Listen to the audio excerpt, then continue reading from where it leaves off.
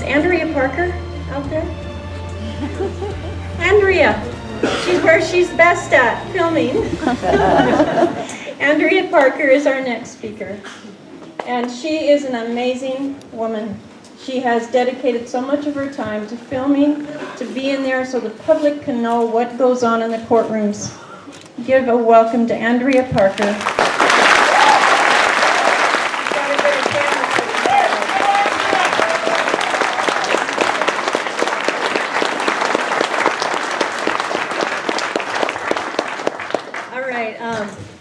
Thank you. I know probably a lot of you have seen me before, probably not in person. But I'm here to kind of talk about our story because we're not ranchers. We're not farmers. The only property we own is a little corner lot around our house. But what got us involved and what brought my husband down to Nevada for the Bundy Ranch was the fact that he saw people being abused by the system. He saw our government putting in a First Amendment area up, and to us, we have our First Amendment everywhere, not in one area. That's right. And then people being abused for using their First Amendment, for taking pictures on the side of the road, and being out of that First Amendment area. And so he got in the truck and drove down to the Bundy Ranch, and we all know what happened. I bet everyone in this room has seen that picture, right? Yeah. And after he got home, I got to tell you, that was the beginning of opening my eyes to the mainstream media and what they do. Because their narrative for the story is that Cliven called for an armed militia to go and take his cows back by force. Yeah. And that is, I'm here to tell you, that's not the story whatsoever. Cliven didn't call upon my husband. My husband was not in a militia. He saw a video on Facebook of a grandma being thrown to the ground and her calling for an ambulance and the ambulance not coming. And he thought to himself, the only thing that tyranny needs is good men to stand by and do nothing. Right. And so he decided to come. Now, that picture went crazy, and we got lots of threats and lots of people who were happy about it, and lots of people talking because of the government's narrative. And we always thought, we believed in the justice system. We believed we'd go to court one day. We always knew. And when we'd get there, we had truth on our side. So that would help us. That is not what we found. We got into the justice system. Well, I guess you could call it that. He was picked up, and then he was picked up 2 years after the fact, right? So then they say, well, we're not ready. We're not ready to go to court yet. We need another year. So you're going to sit in federal detention with no bail for a year. And it's created. They have a 90-something% conviction rate. Most of that is plea deals.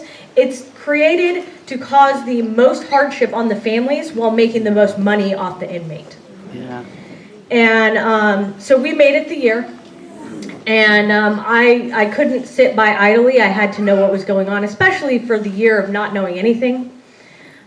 We didn't have money for a lawyer, so we got a public defender. And he was in Nevada and I was in Idaho, and he didn't communicate very well. So I decided to go down. I did not plan on doing any live streams. The only reason I did is because people in Idaho asked me to. And what I saw when I got there was no media. And there was media reporting, though. Let me tell you, people who didn't go to the courtroom, they were saying what was going on with the trial, and it was absurd.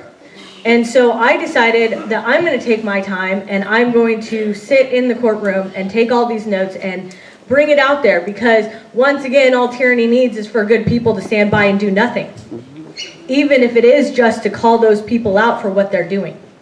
And what I saw in that courtroom is I saw federal agents lying on the stand. I saw Metro police officers lying on the stand. I saw Nevada Highway Patrolmen lying on the stand. I saw the prosecutors and the FBI lying and putting this forth. And we still fought. We fought pretty hard. And the government gets their go first, and they had weeks and weeks, and it came to our turn. And when we started to bring witnesses, they told all of our witnesses, okay, well, this is still an open investigation. So you come up and you testify, but you're very likely leaving here with an indictment. So we had 3 people take the stand. One of those was my husband. Even with that picture, they could not get a conviction on one of the 10 felony charges that they had. So I thought, what do you think? You go to court, and if they can't prove you're guilty, you're not guilty, right? That's the way our justice system works? Well, that's wrong. They're going to tell you, oh, okay, well, this is a mistrial. We didn't do it right, so we're going to go again. And so when they decided they're going to go again, now mind you, he's still being held. And now we're both away from our kids. So we're going to go again. This time, they're going to stack the jury. Every single one of the people that we wanted off, we had to explain to them. I'm not going to go into that because I'm trying to stay within a time limit, but that's not how it's supposed to work. Then they told us we couldn't speak, all of this words of snipers and things like that. We didn't have a self-defense defense because there was no proof of snipers. That's because the prosecution and the FBI held that back. That we all now know because Cliven's case was completely dismissed because they held this information back. Well, guess what? They held exculpatory evidence and Brady material from the first 2 trials. And there's no taking that back. The first trial ended and Todd Engel and Greg Burleson were found guilty. They were not found guilty of crimes. They were found guilty based on things that they said, based on intent. And it's all because they withheld information from the jurors. Whether it's withholding how much time, because I believe that they gave Todd Engel the 2 charges because they were like, oh, those are the lesser 2 charges. They never thought it would give 20 years to him, but that's what they're pushing for. So we go into our next trial, and this time we have to proffer all of our witnesses. So the government gets to go their many weeks again. Now we don't even get our witnesses to come, the ones that will come, to come in front of the jury first. No, they have to tell their entire story in front of the judge and the prosecution only. And then at the end be told, oh, there's no good information there. They're not going on. Wow. Then my husband takes the stand again. And he probably got through maybe half a day, if that, on top of all of the 20-minute holds that they're calling, objections, where they go over in the corner and argue and you don't know what's going on. He lost his right to testify on his own behalf because he said my main focus was straightforward and up and to the right. By saying my focus was up and to the right, he was alluding to the snipers. And so he was ripped off the stand and his testimony was stricken from the record. That day was very emotional for me, and I called for people and people came. And probably some of the people in this room came. And because those people came down, because we were out on the street calling these people out, media came, Scott Drexler was actually able to testify in his own defense and get some information out. But we still couldn't talk about the snipers. And all of that Brady information, all of the Wooten email, all of the 300 pages plus, we didn't get, I don't think we even still have that information. We don't know what's in it. So we were looking at a 3rd trial. Now the entire time I had been trying to reach out to just about anyone, as many others in my state were. And we were finally able to get our representatives to, our representative Dorothy Moon, she actually knew Scott Drexler personally. She started raising awareness because here we have 2 trials. They're still going for a 3rd trial. They couldn't get us guilty. In fact, 2 people were fully acquitted.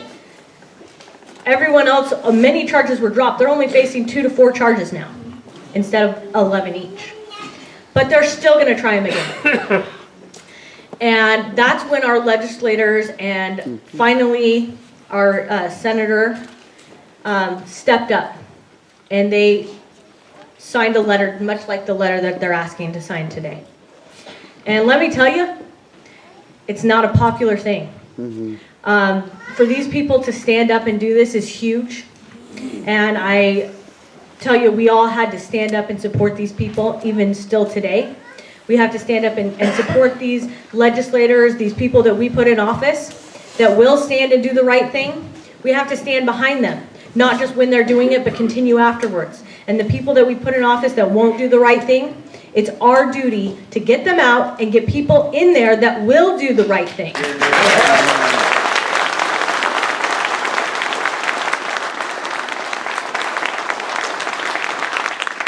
So our senator signed the letter and he took it to Jeff Sessions. Sessions came to Nevada at one point and he declined to comment and said he commended the prosecution for what they were doing. Well, I bet he wants to take that back now, don't you? So we were still looking at going to a third trial, and a lot of things happened. And finally they came to us and they said, you know, take a misdemeanor.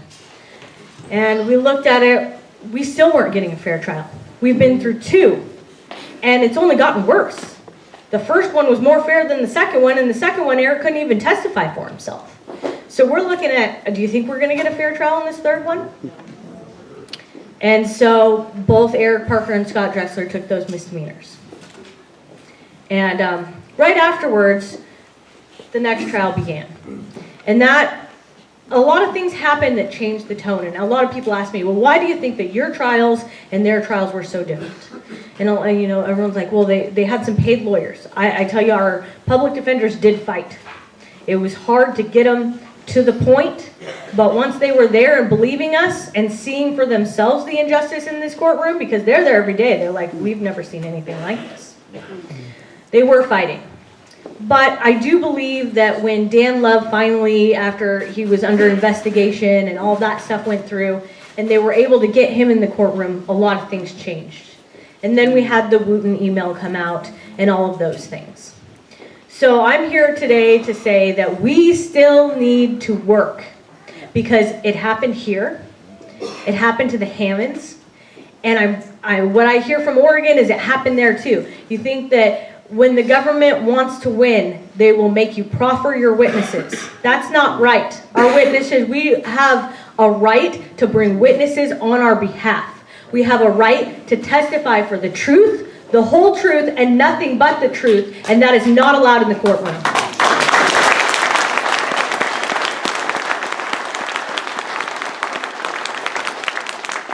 But more importantly, we have a duty to elect people and hold them to a standard. We also need to hold people like Stephen Myrie and the FBI agents in this case to a standard.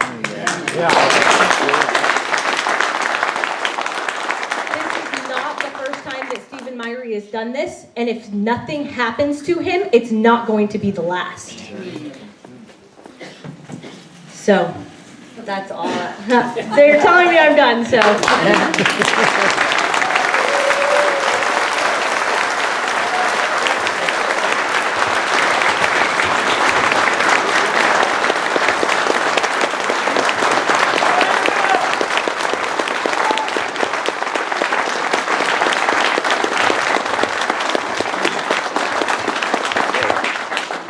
Andrea, because your husband is not here, I want to thank you personally for what your husband did. Eric Parker is a hero.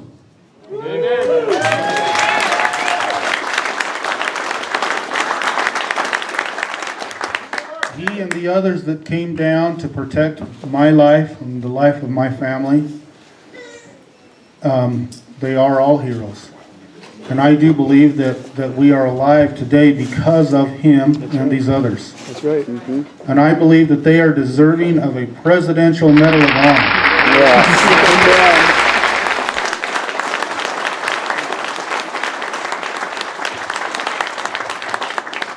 They felt the Spirit of the Lord. They knew that there was wrongs going on, and they immediately acted and came. Amen. They didn't leave it to someone else to do. They came and did it. These type of men are what make America great. These are the type of men that all of us should be to protect our life, liberty, and property. Thank you, Lord.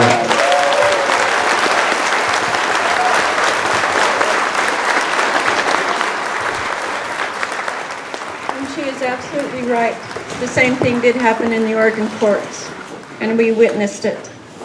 The denying of your witnesses, the lies, the false presentations, not allowing to let videos come in, the whole gamut what happened in Oregon.